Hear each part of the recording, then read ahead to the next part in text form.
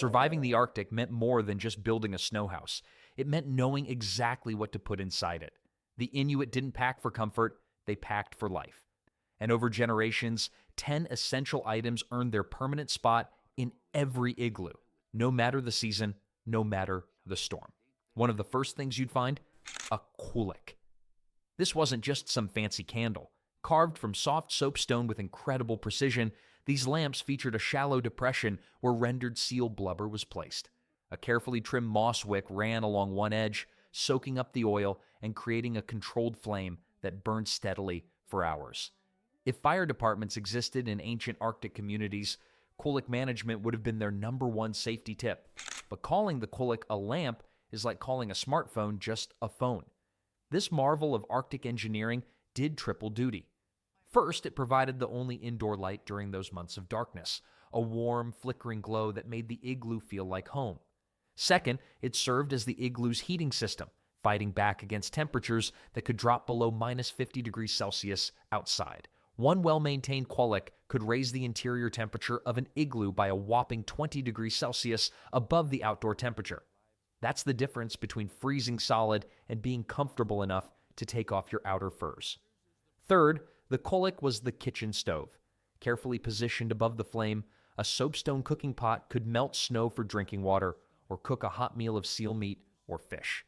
The heat was gentle but consistent, perfect for slow cooking in the harsh environment where fuel conservation was essential. Managing a Kulic required genuine skill. Too much wick exposed meant wasted fuel and dangerous smoke. Too little meant insufficient heat. The perfect flame was long, steady, and nearly smokeless. Women typically maintained the Kulic, using a special tool called a takuti to adjust the moss wick for optimal burning.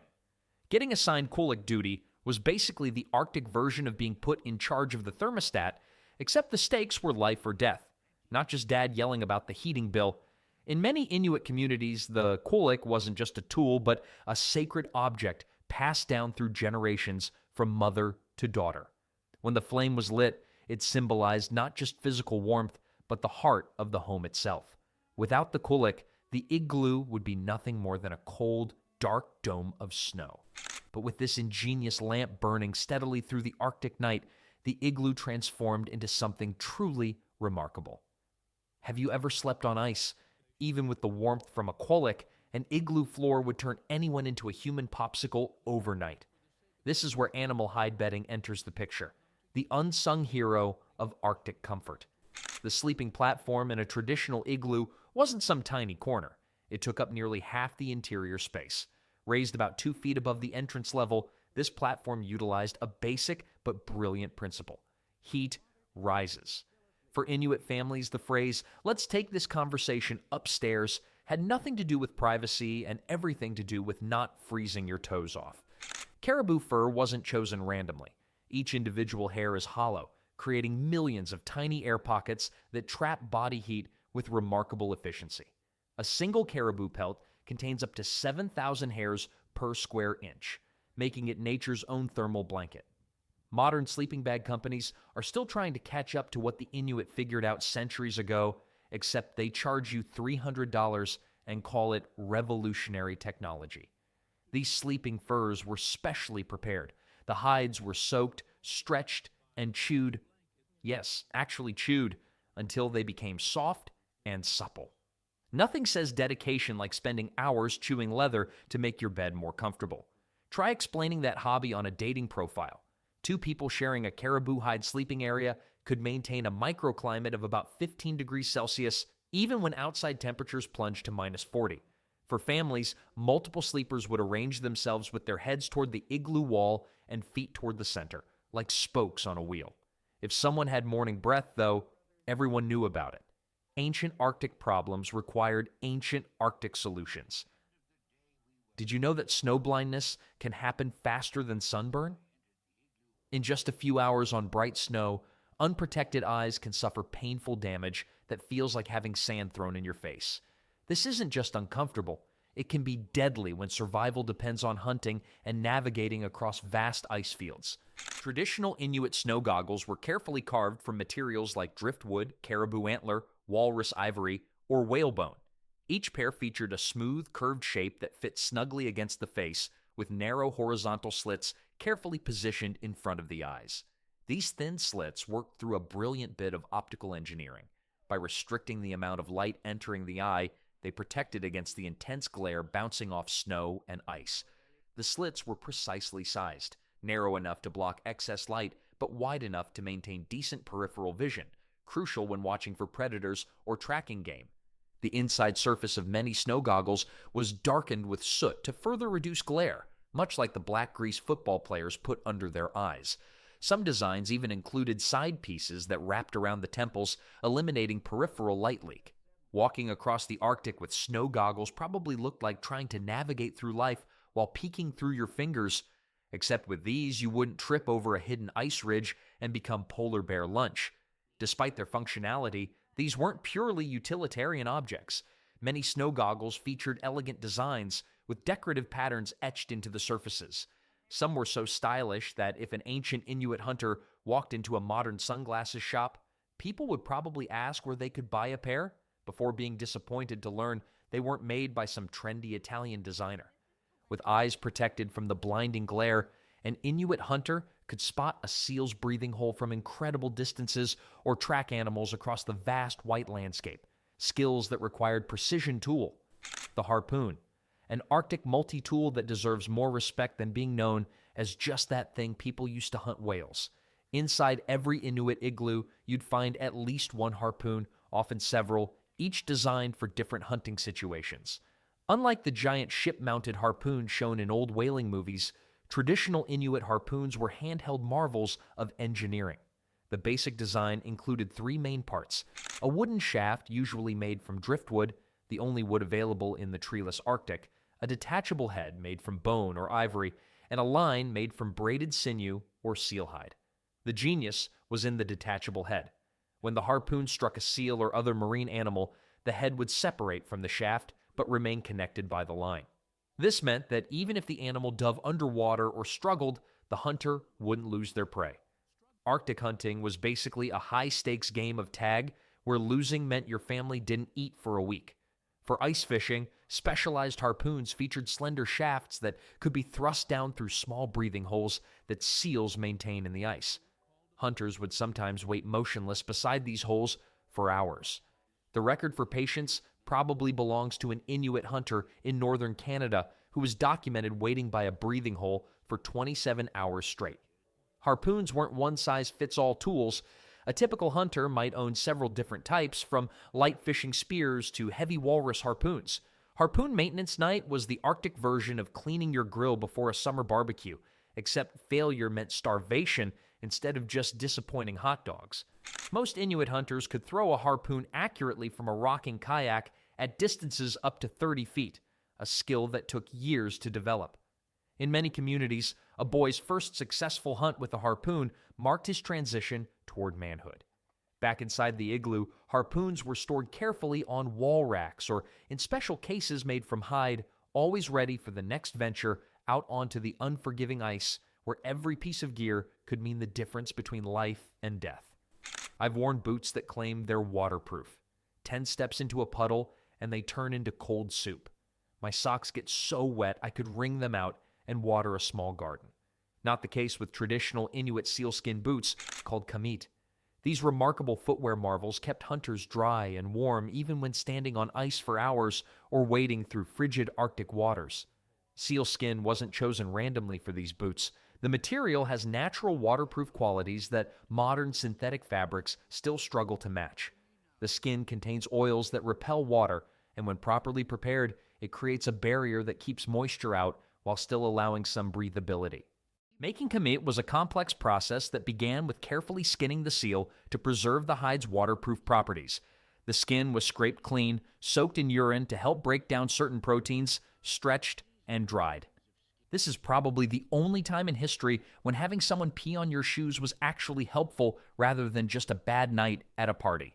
The stitching technique was remarkable. Using special bone needles, women created waterproof seams by not puncturing all the way through the outer skin layer. Some boots had as many as 8,000 individual stitches. When done correctly, not a single drop of water could penetrate. Kamit came in different styles for different seasons. Winter boots often featured a double layer with the fur facing inward for insulation. Summer boots might be lighter with tanned skin for more flexibility. If Nike had been around in the Arctic 3,000 years ago, their slogan would have been, "Just survive it." One clever feature was the dried grass or moss stuffed between layers of the boot for insulation. This plant material provided additional warmth and absorbed moisture from sweating feet. Modern hiking boots with their Gore-Tex linings are basically just trying to catch up to what Inuit bootmakers figured out centuries ago. The boots were often decorated with intricate patterns that varied by region and family tradition.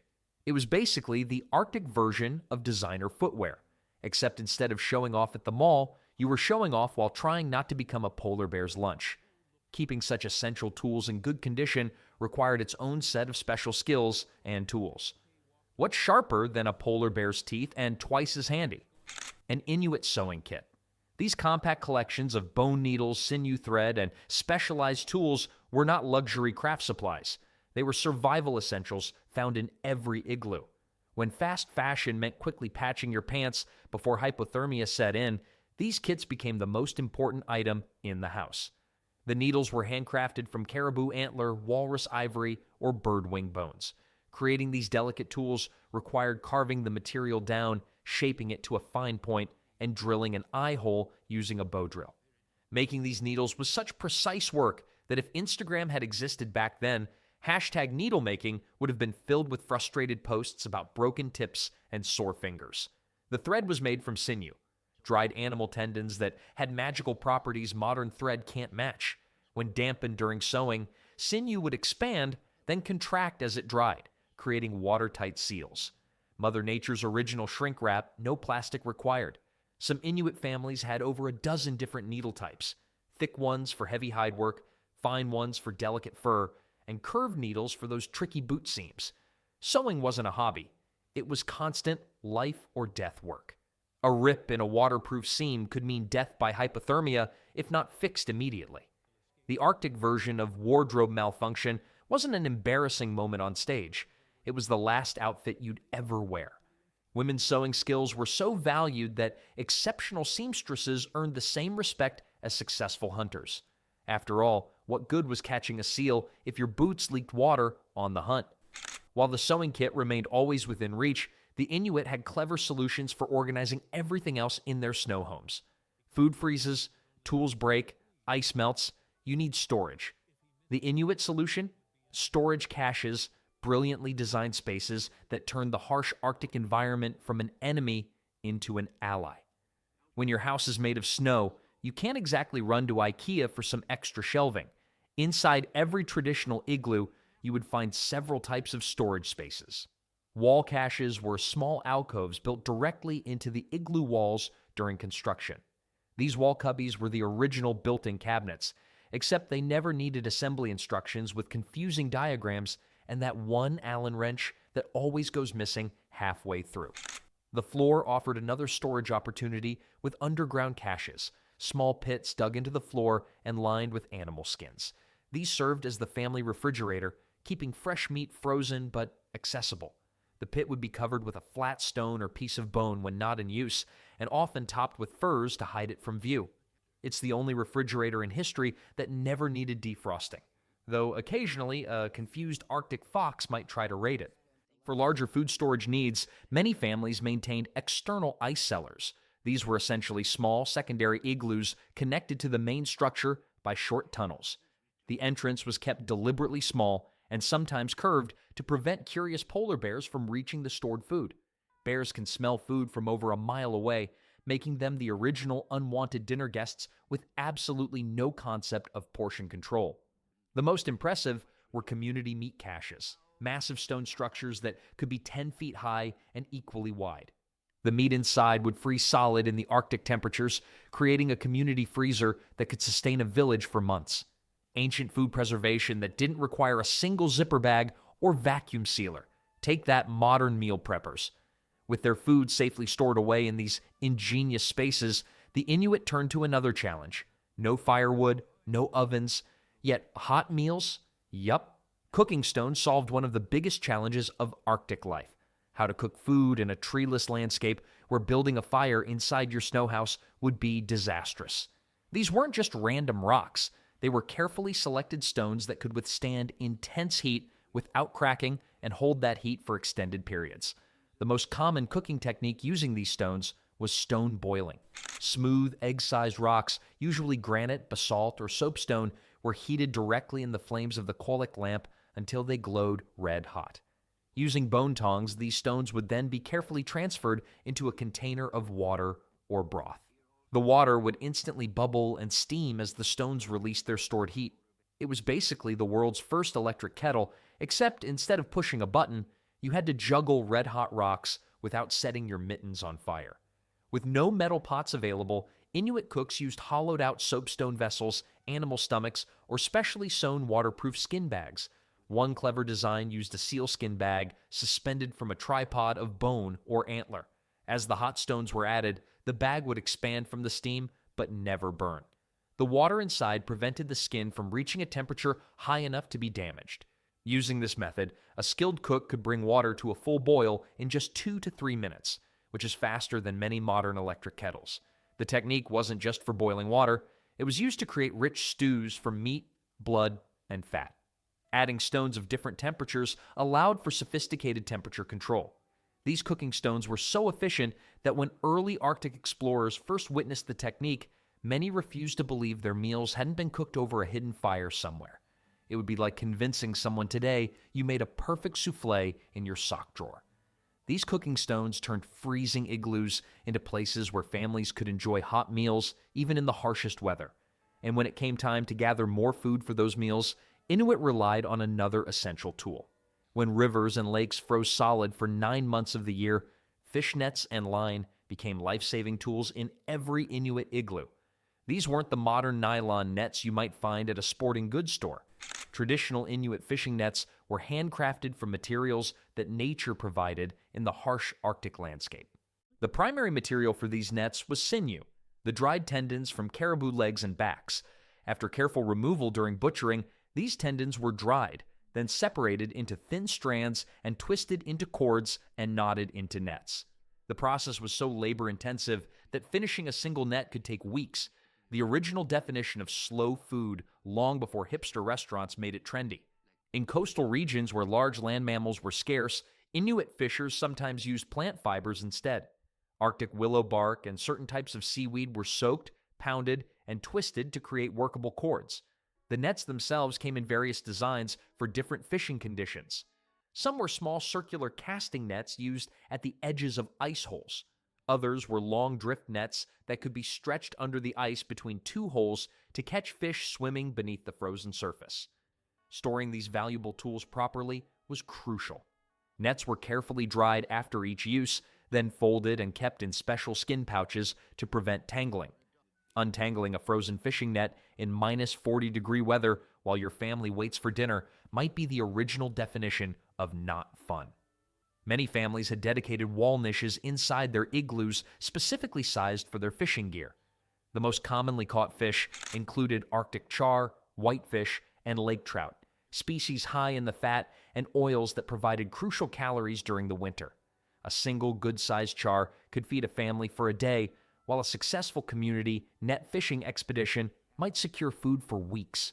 During the harshest winter months when hunting became difficult or dangerous, these fishing tools often meant the difference between feast and famine. Unlike modern sport fishers who celebrate catch and release, for the Inuit, catch and feast was the only option on the menu. With these reliable fishing methods ensuring food security, Inuit families could turn their attention to another critical aspect of igloo design, one small feature that could make all the difference. The deadliest thing in an igloo wasn't the cold outside, but the air inside.